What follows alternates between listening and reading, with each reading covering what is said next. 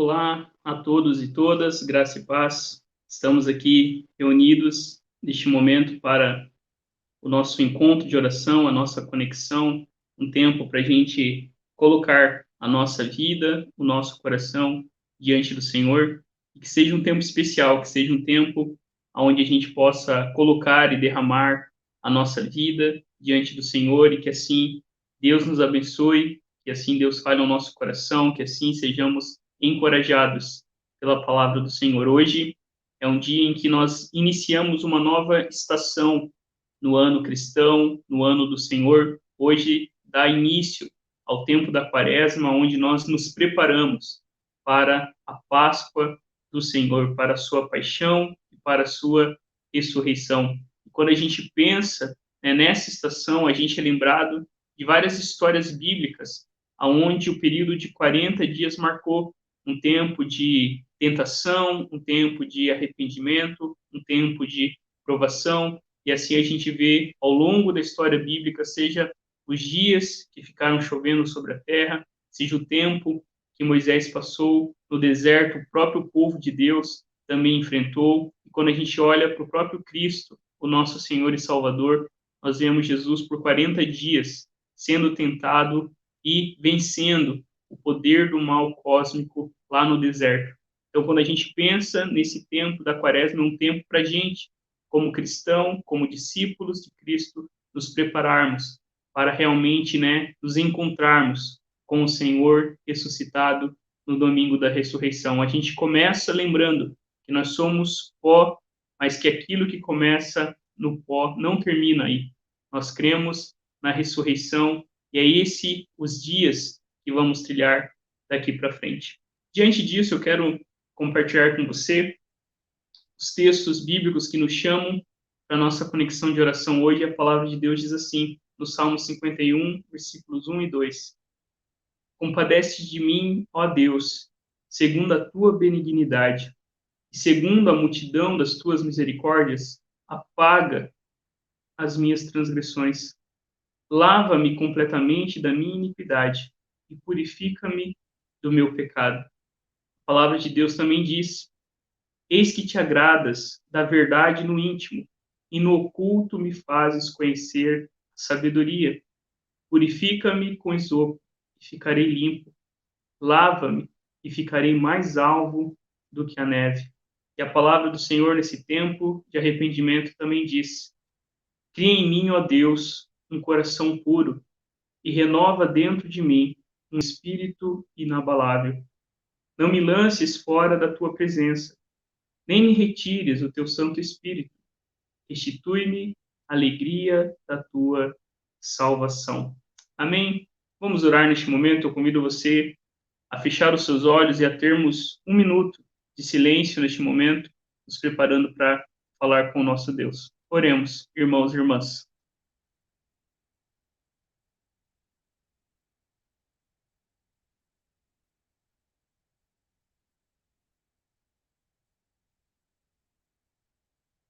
Senhor, nosso Deus e Pai, Tu és Deus e nós não somos. Tu és o Rei soberano que reina sobre todas as coisas e nós, ó Deus, somos criatura do Senhor. Nós somos Tua criação e nós queremos nos submeter ao Teu domínio, ao Teu governo, ao Teu reino, para que assim a nossa vida, Deus, seja realmente moldada pelo Teu caráter, seja moldada pelas qualidades do Senhor, que o Senhor em nós possa realmente formar e transformar as nossas vidas, para que cada vez mais a gente tenha uma vida, ó Deus, que demonstre e que realmente aponte para aquilo que Jesus Cristo fez na cruz do Calvário. E é diante de Ti, Senhor, que neste momento a gente pede que, por favor, o Senhor fale ao nosso coração, o Senhor tenha misericórdia de nós, porque a gente precisa de Ti, Senhor. Tem compaixão, tem misericórdia de nós, segundo a tua benignidade, segundo, Deus, as tuas misericórdias, que o Senhor venha realmente a perdoar os nossos pecados, para que assim a gente possa, Deus, se achegar a ti e viver a missão que o Senhor tem para nós. Abençoa a cada irmão, cada irmã que está, Deus, neste momento acompanhando essa transmissão, e que a gente possa, Deus, nesses próximos minutos, sermos edificados, desafiados, fortalecidos, encorajados pela tua palavra, Senhor. Nós precisamos de ti, te louvamos pela oportunidade que a gente tem de falar contigo. Fica sobre nós. Em teu nome, Jesus, nós oramos. Amém e amém. Amém. Queridos irmãos, nós vamos então dar continuidade àquilo que a gente tem refletido nesses últimos dias dentro da nossa série curta, né, nas terças-feiras. Durante alguns meses nós estaremos aí com algumas séries curtas, né, e hoje a gente está então encerrando essa série que a gente começou há 3 semanas atrás, e entre os temas que a gente conversou, né, a gente falou no primeiro encontro, que foi lá no dia 9 de fevereiro, sobre calibrando os relacionamentos, calibrando as relações. No dia 16, a gente falou sobre calibrando as emoções. A semana passada, a gente viu, né, calibrando a família, através da história de Noé, lá em Gênesis, capítulo 6. E hoje, a gente vai falar sobre calibrando a missão. E como a gente tem feito, né, a cada semana, né, por exemplo, quando a gente falou sobre os relacionamentos, as relações, a gente viu como que ao nos voltarmos para Deus que nos criou, que nós podemos de fato, né, atuar e viver e praticar bem os nossos relacionamentos de forma saudável, é porque o próprio Deus, em sua sabedoria, criou a gente e nos colocou em relacionamentos. A gente viu como que à medida que a gente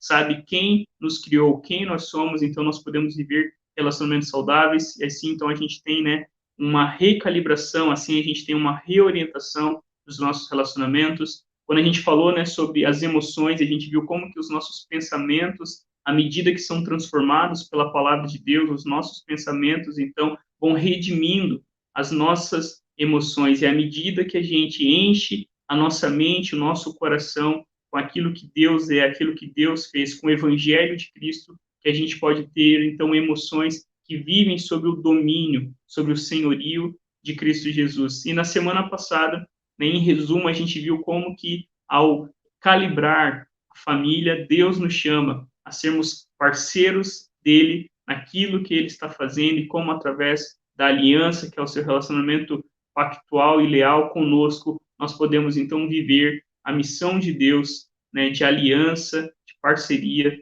dentro das nossas casas. E hoje, então, a gente vai falar sobre calibrando a missão. E como a gente tem feito a cada semana, a gente tem tido como pano de fundo isso que eu coloquei aí, e hoje eu só vou ler rapidamente, porque a cada semana a gente tem falado sobre isso, né? A primeira coisa, né, dentro dessa série que a gente tem aprendido e compreendido, é que o nosso coração, por causa do pecado, está descalibrado, desequilibrado e distorcido. Uma segunda coisa que a gente percebe desde a primeira semana que a gente começou a falar sobre calibrando o coração, que o nosso norte, a nossa referência, o nosso alvo deveria ser o Deus que se revelou. Deus é o nosso norte, Deus é, né, a nossa referência para as nossas vidas. Mas por causa do pecado, por causa da nossa separação de Deus, então ocorre uma disputa, um conflito pelo nosso coração. Toda a narrativa bíblica, né, pode ser resumida nisso, né, em o coração do povo de Deus ser aí disputado, ser aí, né, cada vez mais levado a abandonar o Senhor como referência, como fonte, né, da verdadeira alegria e felicidade, e abraçar outros que não podem fazer aquilo que somente Deus, revelado em Cristo, pode fazer. A terceira coisa que a gente tem visto é que somos moldados, formados por práticas diárias. Nós somos treinados pelo jeito que vivemos. E nesse período, especialmente o período da quaresma, é um período para a gente realmente, né, rever algumas práticas, algumas ações, rever alguns hábitos que muitas vezes estão arraigados e que a gente muitas vezes não consegue, então, se desvencilhar. Então, nós somos moldados, formados pelas práticas diárias, e é isso que realmente conta. É como a gente vive o dia a dia, porque os nossos hábitos são, de fato, os rituais, as liturgias, que vão ou moldando o nosso coração para confiar em Deus, ou deformando o nosso coração à medida que nós desconfiamos do Senhor e da sua palavra. E, por fim, a gente viu também que nós precisamos, todos nós, de recalibragem do coração. Todos nós precisamos de uma reorientação dos nossos amores pelo Espírito de Deus. todos nós que estamos aqui precisamos urgentemente, né, sermos recalibrados, sermos reorientados, sermos, né, moldados pelo Espírito Santo de Deus para que cada área da nossa vida, para que tudo o que faz parte daquilo que nós somos seja moldado e seja reorientado para a nova vida que Deus tem para nós. E hoje, então, o nosso tema daquilo que vamos conversar, né, nessa noite é calibrando a missão. E antes, como a gente tem feito a cada semana, né, eu quero compartilhar com vocês, quando a gente pensa, né, o que é a igreja, para a gente calibrar a missão, para a gente reorientar a missão que Deus tem para nós. Essa é uma pergunta que nós, como cristãos, precisamos saber responder. O que é a igreja? E na Bíblia, a palavra, né, no grego que a gente usa para a igreja é eclesia. E o que essa palavra significa? E quando a gente pensa na palavra de Deus, e principalmente no Novo Testamento, há muitas figuras, há muitas imagens, né, há muitas ideias, né, muitas pinturas que são trazidas a nós pelos autores bíblicos, principalmente pelo apóstolo Paulo, mas também Pedro, e cada apóstolo tocou nesse tema da eclesia. E quando a gente pensa, então, na igreja, a igreja é, né, entre várias coisas, o povo de Deus. A igreja, e a gente vê isso desde o começo da história, Deus chamando Abraão, fazendo um povo para si, e através da história de Israel, Deus vai dando a se conhecer ao seu mundo, Deus vai mostrando os seus atos redentores, Deus vai mostrando a sua grandeza, a sua santidade, a sua justiça, a sua fidelidade. Então, quando a gente pensa em igreja, igreja é o povo de Deus, o povo de Deus que foi chamado pelo próprio Deus, e que isso começou lá quando Deus, né, iniciou, né, o seu projeto de redenção. Mas a igreja também é a família da fé. É a família que foi unida, que foi alcançada, que foi salva pela mensagem salvadora em Cristo Jesus. Então, quando a gente pensa na igreja, a igreja também é a família da fé, a fé que todos nós compartilhamos em nosso Senhor Jesus Cristo. E essa é uma ideia muito presente, né, na história bíblica, onde a gente vê realmente como que Deus quis uma família, como que Deus formou uma família. Ele é, né, o nosso Pai. Na Bíblia, né, o próprio Cristo nos ensina a conhecer a Deus como o nosso Abba, Pai. O próprio teólogo de Parker vai dizer que Pai é o nome cristão para Deus. E todos nós, então, somos essa família na fé, onde somos irmãos e irmãs e compartilhamos, né, a vida que Jesus veio trazer para todos nós. Mas também a igreja é o corpo de Cristo, né? E aqui a gente é lembrado principalmente da visão e da ideia, né, da missão da igreja.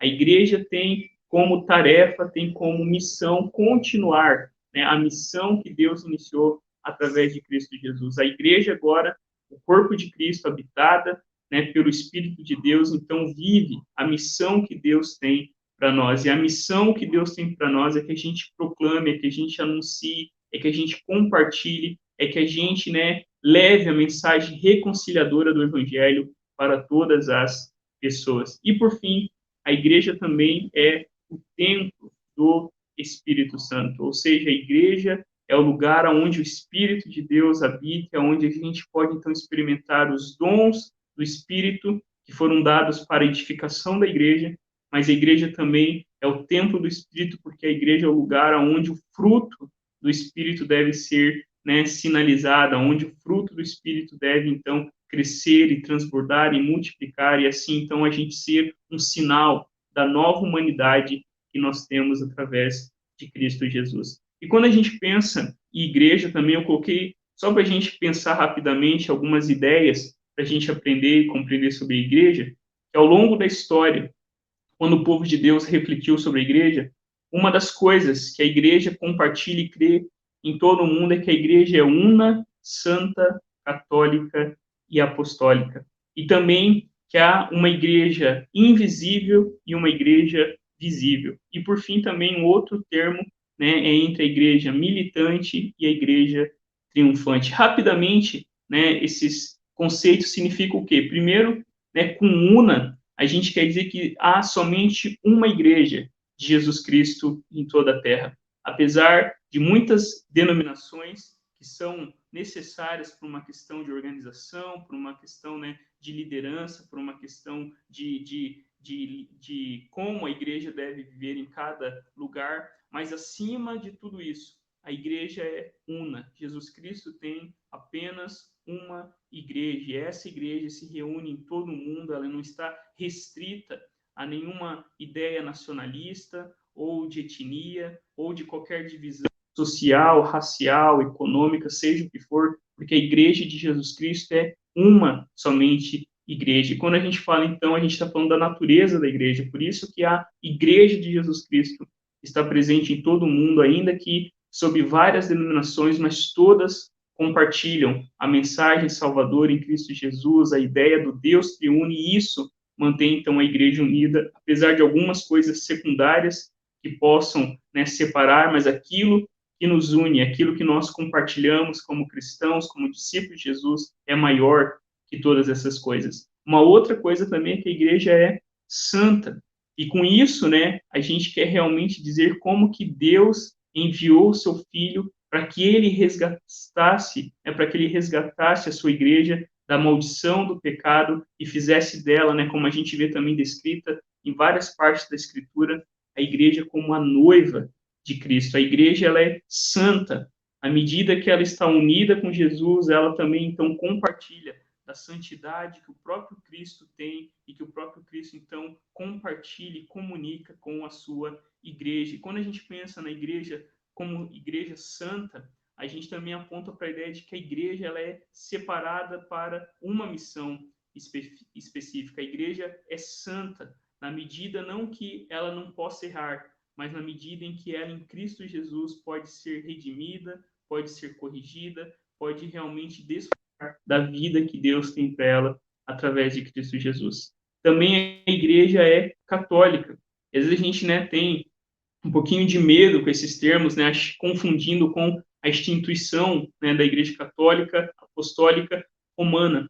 Mas com católica aqui a gente quer dizer que a Igreja de Cristo é universal, no tempo e no espaço, ou seja, a Igreja de Cristo ela está presente em todos os séculos que passaram, no presente que nós estamos vivendo e também no futuro. A catolicidade da Igreja aponta para essa realidade, né, de que a Igreja de Cristo ela está presente em todos os tempos, em todas as épocas, em todos os espaços. Então, é esse o sentido de católica. A ideia de católica é a ideia de completa, é a ideia de algo unido, é a ideia de algo coeso, é a ideia de algo completo.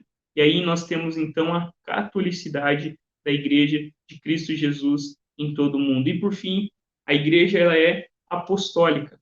Apostólica por quê? Porque ela carrega, né, a mensagem salvadora de Cristo Jesus, a mensagem que os apóstolos foram testemunhas oculares e compartilharam, né, eles anunciavam que Cristo morreu, mas que Cristo ressuscitou para nossa salvação, para nossa justificação e para assim definitivamente nos conectar novamente a Deus. Então a igreja é apostólica, ela está enviada em missão e ela tem a missão, né, de compartilhar, de testemunhar, de anunciar quem Jesus é, o que ele fez e como homens e mulheres podem ser reconciliados, perdoados e encontrados por esse Deus que se revelou em Cristo Jesus. E por fim, né, a igreja invisível, a igreja visível são termos, né, que ao longo da história foram, né, formados para lembrar que a igreja invisível são todas aquelas pessoas que fazem parte da igreja de Cristo Jesus, aquelas que vemos e as que não vemos. A igreja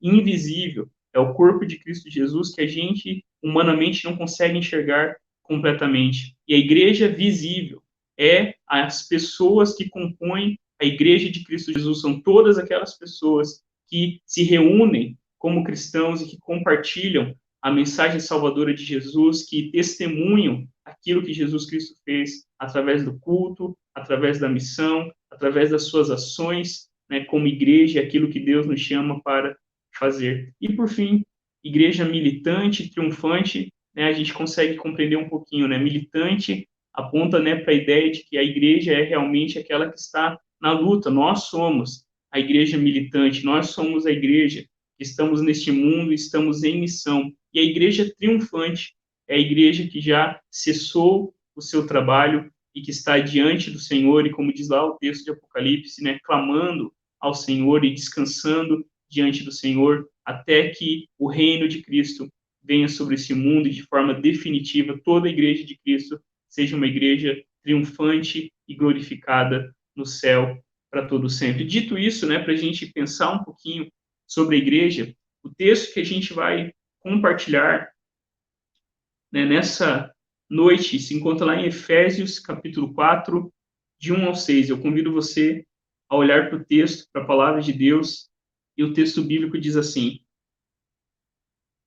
Por isso eu, o prisioneiro no Senhor, peço que vocês vivam de maneira digna da vocação a que foram chamados, com toda a humildade e mansidão, com longanimidade, suportando uns aos outros em amor, fazendo tudo para preservar a unidade do Espírito no vínculo da paz. Há somente um corpo e um só Espírito, como também é uma só esperança para a qual vocês foram chamados.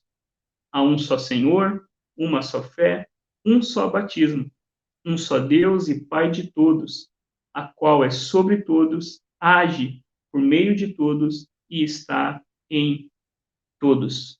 Vamos orar? Senhor, a gente pede que, por favor, Senhor, fale ao nosso coração através da tua palavra, que nós possamos assim, então, Deus, viver a missão que o Senhor tem para nós. Fica sobre nós. Em teu nome, Jesus, nós oramos. Amém e amém. Amém. Gente, quando a gente olha para esse texto, a primeira coisa que a gente pode tirar aí para o nosso aprendizado, para a lição, para a nossa vida, é que a gente precisa compreender a missão, a identidade da igreja, compreender a identidade da igreja. Ali no versículo 1, Paulo diz: Por isso eu, prisioneiro no Senhor, peço que vocês vivam de maneira digna da vocação a qual foram chamados. Se a gente olhar para trás, né, nesses 3 primeiros capítulos, Paulo tem falado sobre a grandeza de Deus através da sua igreja. Paulo vem dizendo como que Deus, através de Cristo Jesus, né, pagou pelos nossos pecados e fez com que a gente agora pudesse então viver aquilo que Deus tem para nós, nós que estávamos longe de Deus, nós que estávamos separados. Em Jesus, Deus fez, então, uma nova humanidade diante de toda essa graça de Deus, diante de todas essas ações de Deus. Agora, Paulo aqui roga, ele pede aos irmãos, e aqui a gente então entra numa parte prática da carta. E o que Paulo está dizendo aqui é que nós precisamos compreender a identidade da igreja. E quando Paulo, então, se apresenta como prisioneiro no Senhor, aqui ele já traz à tona, aqui ele já traz, né, para a gente pensar e refletir sobre no que consiste essa identidade. E quando a gente pensa em Paulo, né, o prisioneiro do Senhor, a gente é lembrado do senhorio de Cristo Jesus. Por que Paulo estava preso? Paulo estava preso porque a sua lealdade, a sua fidelidade estava acima de todas as coisas somente a Jesus Cristo. Somente ao Senhor nós devemos total lealdade. Nós não podemos dever e dar a nossa vida e doar a nossa vida para outra causa, a não ser a causa do próprio Evangelho e do próprio Cristo Jesus. A nossa identidade está firmada nessa lealdade ao longo da história, desde a igreja primitiva e passando pela história da igreja. A igreja sempre enfrentou conflitos e problemas por causa desta afirmação. A igreja é leal somente a Jesus Cristo. Se nós somos prisioneiros, se nós somos escravos, se nós devemos a nossa vida a alguém, é somente a Jesus Cristo, por causa daquilo que ele fez, por causa daquilo que lá na cruz ele realmente realizou, para que a gente hoje pudesse viver uma vida plena no seu nome. Então, quando a gente pensa na identidade de Cristo, a partir disso que Paulo fala aqui no capítulo 4, a primeira coisa é que a nossa lealdade, a nossa fidelidade, a nossa obediência total é dada somente a Jesus Cristo. No tempo do nazismo, por exemplo, na Alemanha, foi escrita uma declaração, a Declaração de Barmen, escrita por teólogos e pastores da Igreja Evangélica Alemã, aonde eles declaravam que só havia um Senhor sobre a Igreja. E esses irmãos e irmãs foram, então, perseguidos pelo nazismo alemão, e a Igreja teve, então, que se submeter, né, ao Terceiro Reich, na Alemanha, né, negando que o único Senhor, o único Salvador, a nossa lealdade deve ser somente a Jesus Cristo. Uma outra coisa que a gente precisa compreender sobre a identidade da igreja é que a gente foi chamado para uma vocação. A identidade da igreja inicia esse ato salvador de Deus de nos chamar para si. Nós, né, que estávamos mortos em delitos e pecados, mas Deus, sendo rico em graça, rico em misericórdia, nos chamou para a salvação. E Deus nos chamou para uma vocação. E essa vocação é ser o povo de Deus. E essa vocação é viver a missão que Deus tem para nós no mundo. Então, foi Deus que nos chamou. Quando a gente pensa na igreja, na identidade da igreja, apesar dela ter alguns aspectos sociais e humanamente falando, mas a gente não pode perder de vista que a igreja é aqueles que foram chamados por Deus para uma vocação, para uma missão. E quando a gente pensa nisso, então, Paulo ele nos lembra que foi Deus quem nos chamou para uma missão. Foi Deus quem nos tirou da morte para a vida. Foi Deus quem nos chamou e nos vocacionou e nos colocou agora diante de uma missão. E essa missão, então, que nós temos, define muito a identidade da igreja.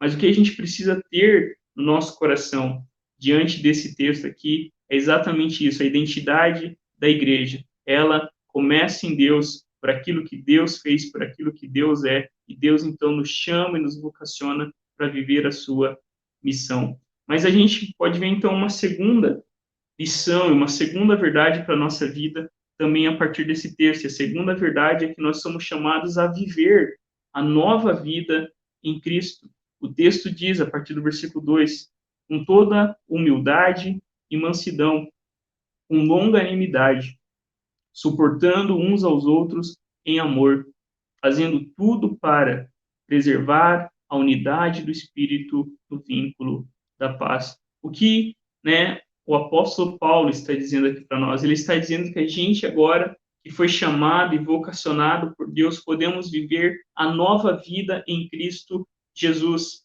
E quando Paulo fala, né, sobre humildade, sobre mansidão e sobre longanimidade, ele está nos falando do próprio coração de Cristo Jesus. Paulo está dizendo que a gente foi chamado, que a gente foi vocacionado para abandonar a velha vida, e eu coloquei ali para você uma vida que era, né, conduzida pelo orgulho, uma vida onde nós vivíamos de forma descontrolada, uma vida onde a gente vivia de forma intolerante, e nós somos chamados agora a viver a nova vida em Cristo Jesus. E quando Paulo fala sobre humildade, quando Paulo fala sobre mansidão, quando Paulo fala sobre longanimidade, ele não está falando sobre meramente virtudes cristãs e o esforço que nós devemos fazer para sermos assim, mas o que Paulo está falando é sobre a vida de Cristo Jesus, pois foi o próprio Cristo quem disse que ele era manso e humilde de coração e que nós então poderíamos e deveríamos aprender do nosso próprio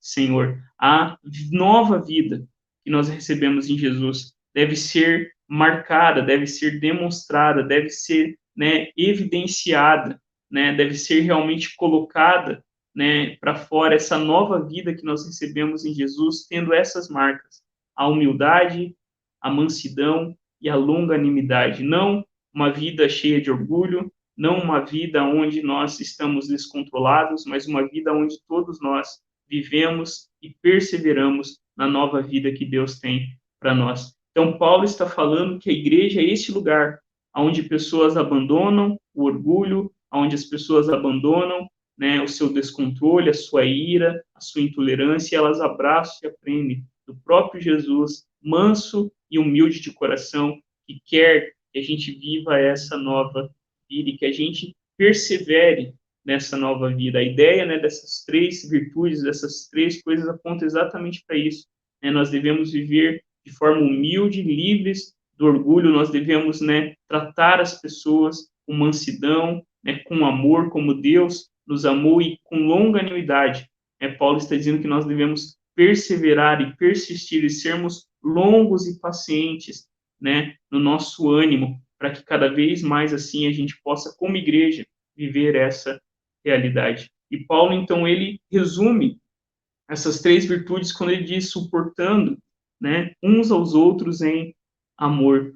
E ao suportar uns aos outros em amor, nós estamos, então, demonstrando aquilo que o próprio Jesus Cristo fez na cruz do Calvário. Cristo, ele deu a sua vida, Cristo, ele nos amou, e ele nos amou até o fim, ao ponto de abraçar a cruz e permanecer na cruz por amor de cada um de nós. Então, nós devemos suportar uns aos outros em amor. Nós devemos, então, viver as nossas vidas, os nossos relacionamentos, considerando, como a palavra de Deus diz, os outros superiores a nós, e assim, então, de forma humilde, pensando menos em nós mesmos e colocando a nossa vida e o nosso coração à disposição do próprio Deus. E Paulo vai dizer que à medida que a gente vive assim, a gente então persevera, né, a unidade do Espírito no vínculo da paz. Uma igreja onde as pessoas vivem a humildade que parte da cruz, numa igreja onde a mansidão, né, onde todos nós estamos submissos,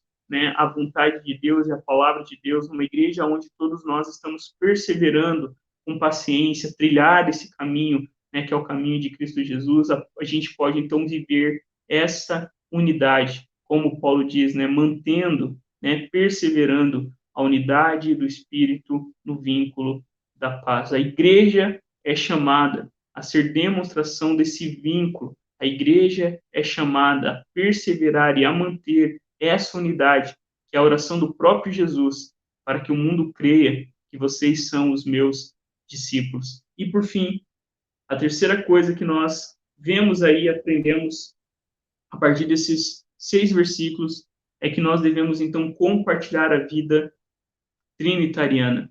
Nós precisamos compreender a identidade da igreja, nós podemos viver a nova vida que Cristo trouxe a nós e agora nós somos chamados como igreja, né, para a gente recalibrar a missão da igreja. A gente é chamado a compartilhar a vida trinitariana. E quando a gente olha para esse texto, eu coloquei para você, porque olha como Paulo, ele constrói isso. Vou colocar aí para você, veja, o texto diz assim: há somente um corpo e um só espírito, como também é uma só esperança para a qual vocês foram chamados. Há um só Senhor, uma só fé, um só batismo, um só Deus e Pai de todos, o qual é sobre todos, age por meio de todos e está em todos. Quando a gente olha para esses últimos versículos aí do capítulo 4 de Efésios, a gente percebe o que Paulo está falando. Ele está falando que nós somos chamados a compartilhar da vida do próprio Deus. Eu coloquei ali em destaque para vocês, vejam como que Paulo fala da Trindade nesses versículos, nesses 3 versículos. Paulo ele aborda como que a vida da igreja ela está imersa, ela está envolvida, né, na própria vida do Deus triuno. O Espírito, o Jesus como um só Senhor e Deus, o nosso Pai. E quando a gente pensa, então, em compartilhar como igreja dessa vida trinitariana, né, a primeira coisa que Paulo vai dizer é que nós somos um só corpo e um só Espírito. E com isso, Paulo está resgatando o que nós somos. O que nós somos? Nós somos um só corpo. Nós temos apenas um Espírito. E aqui Paulo está, então, resgatando a nossa identidade, aquilo que a gente começou falando. Paulo está nos lembrando quem nós somos. Nós somos o corpo de Cristo e nós recebemos do Espírito do Senhor. Quem que é a igreja? Por que que a gente deve olhar para a igreja, né, e realmente compreender que a igreja é muito mais do que meramente o ajuntamento humano. A igreja é o corpo de Cristo que foi reunido pelo seu Espírito. E aqui Paulo está então dizendo quem nós somos. Nós somos o corpo de Jesus Cristo, porque o seu próprio Espírito habita no nosso meio.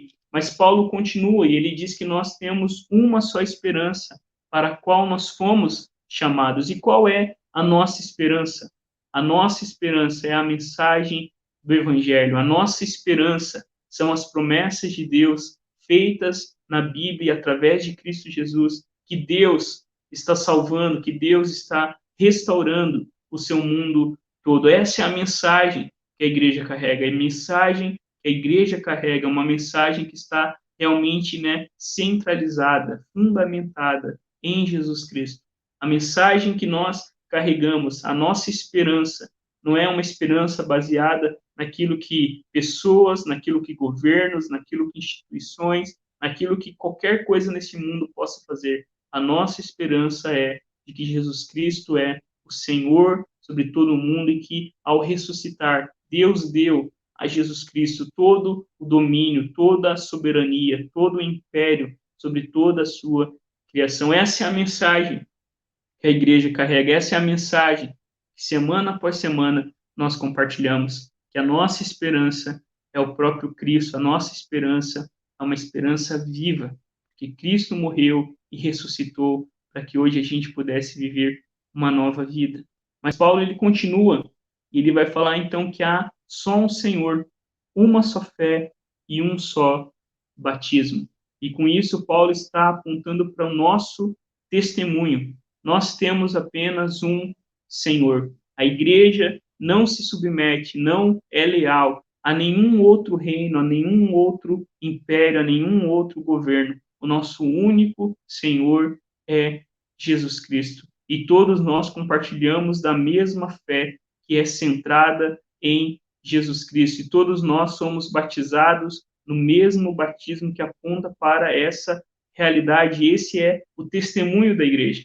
O que a igreja testemunha, o que a igreja proclama é a pessoa de Jesus Cristo. Esse é o nosso testemunho. Jesus Cristo é o Senhor, e com isso nós estamos dizendo que todos os outros senhores, que todas as outras autoridades devem se submeter à única autoridade que está sobre o nome de Jesus Cristo. Quando Paulo diz que só Jesus é o Senhor, Paulo está dizendo que não há salvação em nenhum outro, que não há outro caminho, que não há outra vida, que não há outra verdade a não ser o próprio Cristo. E todos nós compartilhamos dessa fé que é centrada em Jesus Cristo. A nossa fé, a fé que nós compartilhamos, é uma fé que envolve, né, crenças fundamentais. E uma das crenças fundamentais que desde o começo da igreja, a igreja manifestava, a igreja proclamava, a igreja compartilhava, era essa fé em Jesus Cristo. Quando a gente pensa no nosso batismo é um ato político.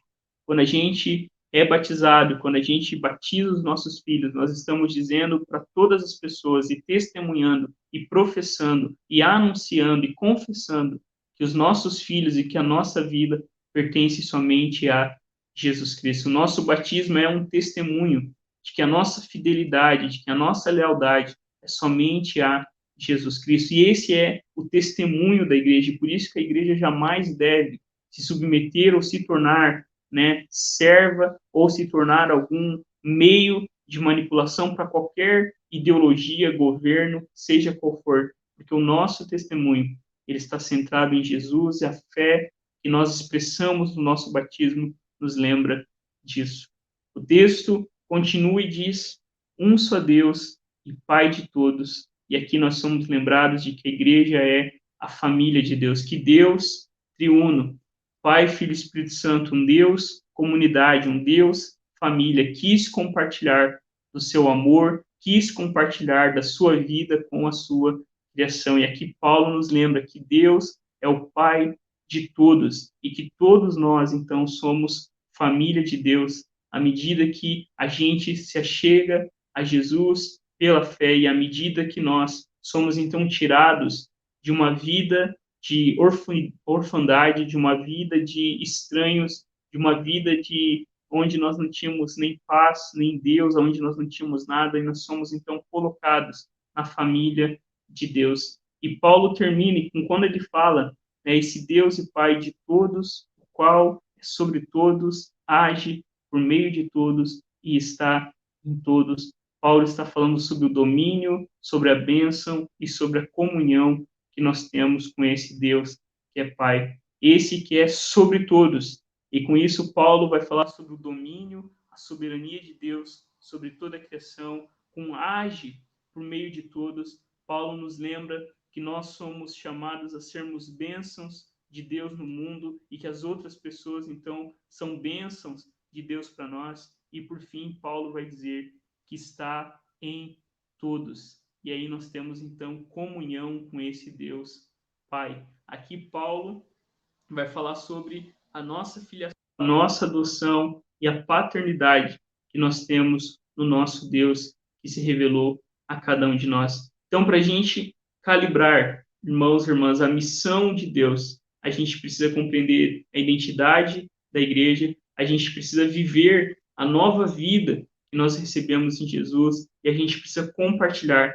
com todas as pessoas essa vida trinitariana que nós temos em nosso Deus. Eu quero terminar com essa citação de um comentarista bíblico, onde ele diz o seguinte: ele escreve assim: seja no mundo como o de Paulo, em que cada cidade, nação ou aspecto da vida tinha suas deidades, ou seja no mundo que na prática renunciou a Deus, essa convicção a seu respeito deve unir os homens, mais intimamente do que qualquer outro laço humano.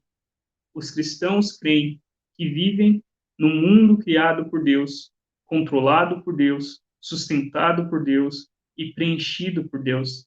E ainda mais, que Deus habita neles e está operando o seu propósito por meio deles, onde uma tão profunda e ampla unidade pode ser encontrada, senão na comunhão daqueles que partilham de tal fé e experiência, o que esse Francis Folks, acho que é assim que fala sobre o nome dele, ele está falando sobre a realidade de que a gente vive no mundo de Deus, que a gente vive num mundo que é controlado por Deus, que está cheio de Deus e que Deus opera por meio de nós. Deus opera no seu mundo, Deus age e realiza o seu propósito no mundo através das nossas vidas. É por meio do seu povo, é por meio de nós, que somos a família de Deus, o corpo de Cristo, o templo do Espírito Santo, e Deus continua anunciando a sua grandeza e anunciando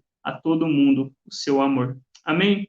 Vamos fazer juntos essa oração que a cada semana a gente tem compartilhado? Vamos todos a uma só voz? Vela ao Senhor amado, pelos que trabalham, ou vigiam, ou choram essa noite. Ordena que teus anjos guardem os que dormem. Cuida dos enfermos. Cristo Senhor, dá repouso aos cansados. Abençoa os que estão perto da morte. Consola os que sofrem. Compadece dos aflitos. Defende os alegres.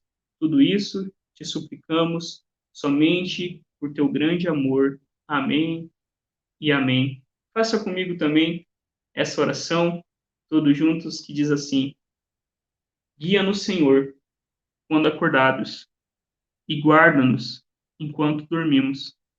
Que acordados vigiemos com Cristo, e adormecidos descansemos em paz.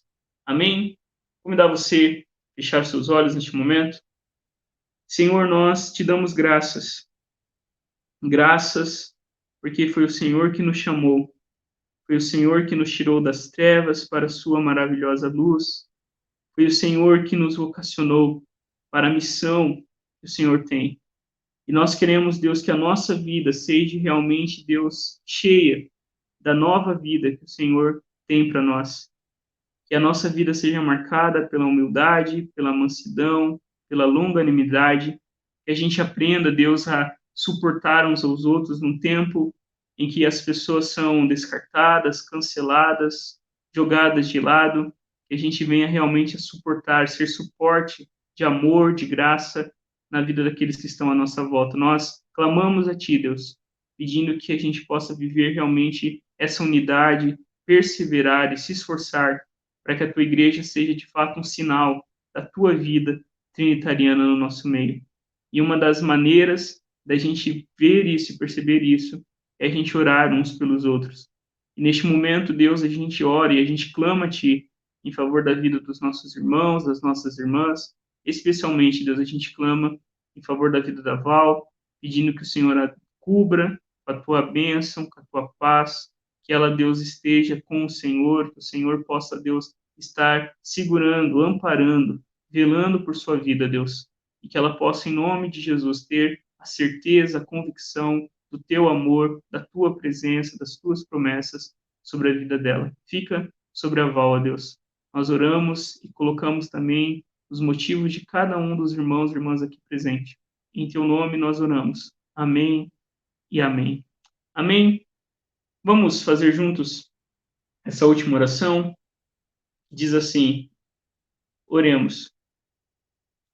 Fica conosco, Senhor Jesus, agora que a noite se aproxima e o dia já findou. Sê nosso companheiro no caminho, anima nossos corações e desperta nossa esperança, para que te conheçamos, tal como te revelas nas Escrituras e no partir do pão. Concede-nos isso, por amor do teu nome. Amém e amém. Amém. Queridos irmãos, queridas irmãs, fiquemos na paz do Senhor. Que Deus nos abençoe, nos guarde. Que em nome de Jesus você esteja com a gente. Quinta-feira e sexta-feira a igreja está aberta para a nossa semana de oração. No domingo, às 10 horas, a gente terá a transmissão da Escola Bíblica Dominical e à noite, às 19 horas, nós temos o nosso culto de adoração ao Senhor, onde nós estaremos também celebrando a mesa do nosso Rei. Fique na paz, que o Senhor te abençoe e te guarde, em nome de Jesus. Amém e amém. Você não sabe o que vai acontecer amanhã. Até ontem, tudo estava certo. Agora não está mais. Sua liberdade, vida social, planos, tudo mudou. Cada dia uma nova notícia. E você já não sabe em qual delas acreditar. É tanta informação, tantos sentimentos ao mesmo tempo. O medo te invade como um vírus. Mas não entre em desespero. Mesmo que o mundo não seja mais o mesmo. Mesmo que você não puder fazer nada por isso. Calma. Existe uma paz maior que o medo. Uma paz acessível, presente, que te ajuda a superar isso. Descubra essa paz em Jesus.